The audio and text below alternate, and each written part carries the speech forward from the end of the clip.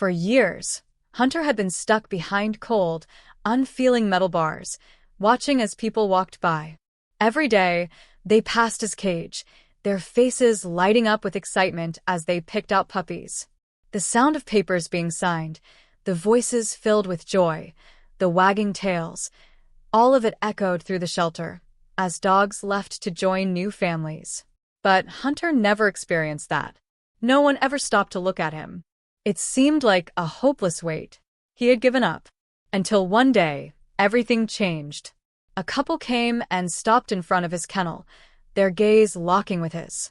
At first, Hunter thought they were like the others, just curious but uninterested. But then something unexpected happened. They pointed at him. The worker nodded. The papers were signed. And that's when it hit him. He was going home. But what happened after that, no one could have predicted. Hunter had lost track of time. It was impossible to say how long he had been in that shelter. Days blurred into weeks, weeks into months, and those months stretched on like an eternity. At first, he was hopeful. Every time someone walked by the adoption area, he would leap to his feet, wag his tail, and press his nose against the cold metal bars of his cage, hoping, praying that today would be the day. But it never was. He watched as countless dogs came and went. Puppies, small breeds, even some older dogs, they were all chosen before him. Hunter tried everything to stand out. He barked excitedly, just like the younger dogs, but that didn't work. He tried sitting quietly, staring up with pleading eyes, hoping for sympathy, but that didn't help either. Eventually, he stopped trying. The effort seemed pointless. So now, when people passed by, Hunter barely raised his head. What was the point? The shelter was a noisy, chaotic place. Dogs barked incessantly.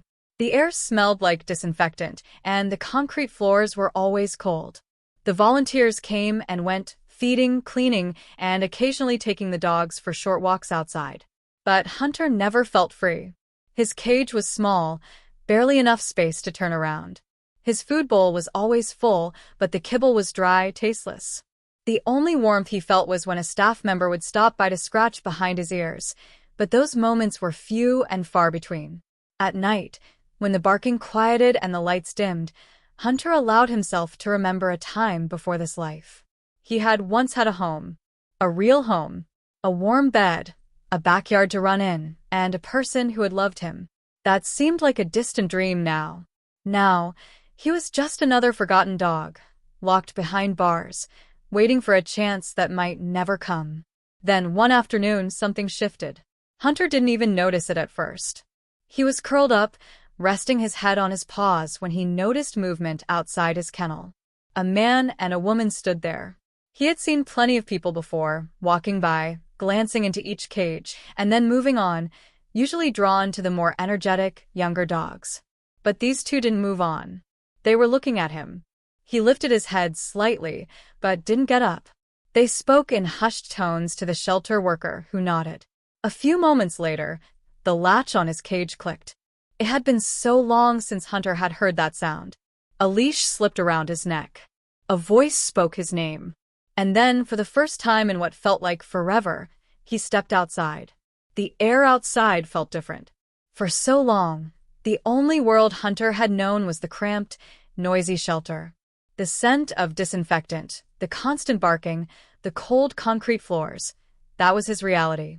But now, as he stepped out of the kennel, the world felt overwhelming, almost too much to take in. The leash around his neck was loose, but the shelter worker held it gently, guiding him toward the front of the building. His paws touched the tile floor, and he hesitated for a moment. Where was he going? He had been out of his cage before, but only for short walks in the small play area behind the shelter, always returning to the same small, confining space. This time, it felt different.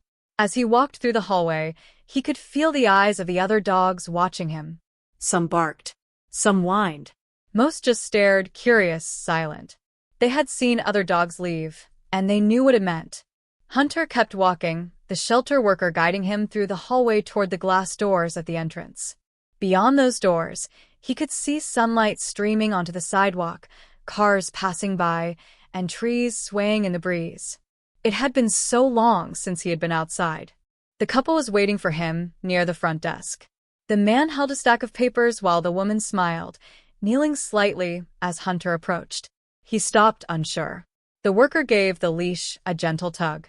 "It's okay, buddy," the man said, his voice calm and steady. Hunter blinked, studying them. He had seen so many people pass by his cage without a second glance. But these two, they had stopped. And now they were taking him somewhere. The worker handed the leash to the man, and for a moment, Hunter stood still, unsure of what to do. The woman extended her hand, inviting him to sniff. He hesitated, but then, slowly, he lowered his head and sniffed her hand. She smelled different from the shelter workers, like lavender, something warm and familiar. Her smile widened and she whispered, "You're coming home with us." Home. The word stirred something deep inside Hunter's chest. He had almost forgotten what it felt like. The man finished signing the papers, and the worker stepped back. Just like that, Hunter was no longer a shelter dog. The couple led him toward the doors. The world outside seemed impossibly large. The sunlight hit his fur, making him squint slightly. The sounds of the city were louder than he remembered. Cars, voices, birds chirping. Then he saw the car. The woman opened the back door and motioned for him to hop in. Hunter hesitated, his body tensing. An old memory surfaced, the last time he had been in a car. It hadn't ended well. The hesitation must have shown on his face because the man knelt beside him, rubbing his back. "It's okay, buddy," he said softly. Slowly, carefully, Hunter stepped into the car. The door closed. The woman turned to the man, squeezing his arm. "I can't believe it," she whispered. "He's really ours." The engine started, and as the car pulled away from the shelter, Hunter lay down, resting his head on his paws. He didn't know what was waiting for him, but for the first time in a long time, he allowed himself to believe. Maybe, just maybe, this time would be different. The car ride was quiet. Hunter lay in the back seat, still, his breathing slow. The hum of the engine, the rhythmic movement of the car, it was familiar, yet so different from what he had known. The last time he had been in a car, it had ended in confusion and fear. It had been the last time he had seen his old home. The last time he had felt a familiar touch. Now, as the tires rolled over the pavement and the city passed by, Hunter didn't allow himself to relax. Not yet. He didn't know where they were taking him. Emily, the woman, turned in her seat, glancing back at him. "He's so calm," she said softly. "Yeah, probably," Daniel replied, keeping his eyes on the road. "It's a lot of change at once." Hunter flicked his ears, listening. He could sense the emotion in their voices, soft, patient, careful. They weren't rushing him. They weren't forcing him. And that was different. As the car slowed, the world outside changed. The tall buildings and noisy streets faded away, replaced by quieter roads, trees, and houses with wide yards. Finally, the car stopped. The engine quieted, leaving only the soft chirping of birds outside. Hunter lifted his head as the door opened. Fresh air rushed in, warm and filled with unfamiliar scents. Daniel reached into the back seat and gently clipped the leash to Hunter's collar. "All right, big guy," he said. "Let's go home." Home. There it was again. The word made Hunter hesitate for just a moment before he stepped out of the car. His paws touched soft grass. It wasn't the cold concrete he had known. It wasn't the hard, unforgiving floors of the shelter. This was real, living earth beneath him. He stood still, scanning his surroundings. A house stood before him, simple but welcoming. There was a wooden bench on the porch, flowers near the walkway. The air smelled like fresh-cut grass, with something else, something warm and safe. Emily knelt a few feet away, holding the leash loosely in her hands. "You're okay," she said softly. "Take your time." Hunter looked at her, then at Daniel, who stood beside her. They weren't pulling him. They weren't rushing him. They were letting him decide. Slowly, cautiously, Hunter took a step forward. Then another. And as he walked through the front door, a feeling he hadn't allowed himself to have in a long time stirred deep inside him. Hope. As he stepped inside, the house smelled different from anything he had known in a long time. It wasn't the sharp scent of disinfectant. It wasn't the overwhelming mix of dog food and metal cages. This was warm wood, fresh laundry, and something faintly sweet, maybe food. His nails clicked softly against the hardwood floors as he cautiously took another step. Emily and Daniel stood nearby, watching him but not forcing him to move. They were waiting. He wasn't used to that. In the shelter, everything was on a strict schedule. The workers came, fed the dogs, cleaned the cages, and took them out when they had time.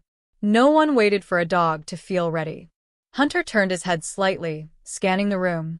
The furniture was soft and inviting, a couch, a rug, a dog bed in the corner. A dog bed. He hesitated. It had been so long since he had had a place of his own. Emily crouched near the bed, patting the cushion. "Come here, buddy," she said gently. Hunter looked at her, then at Daniel, who stood beside her. They weren't making him do anything. Still, the idea of lying down in that bed felt wrong. Maybe if he got too comfortable, it would be taken away. Instead, he walked toward the couch, sniffing the fabric. He didn't jump up. He knew better than that. Emily smiled. "You can go up if you want," she said, sitting on the floor beside him. Hunter flicked an ear. She was giving him permission. He wasn't sure what to do with that. In the shelter, there had been strict rules. No dogs on the furniture. No roaming freely. No softness, no comfort. Hunter hesitated, then carefully lowered himself to the floor near the couch. That seemed safer. Emily reached out her hand, hovering for a moment before she gently ran her fingers along his back. He tensed for a second, then let out a quiet breath. It had been so long since anyone had touched him like that, not out of obligation, not as part of a routine, but just because they wanted to be kind. Daniel sat in a chair across the room, watching quietly. "He's figuring it out," he said softly. Emily nodded. "Yeah, he'll need some time." Hunter closed his eyes for a moment. Time. Would he really be allowed that here? Or was this just another temporary stop before he was taken away again? He didn't know yet. But for the first time in years, he wasn't behind bars. And that was something. The first few days in his new home were quiet. Hunter moved cautiously, learning the house's sounds, its smells, its rhythms.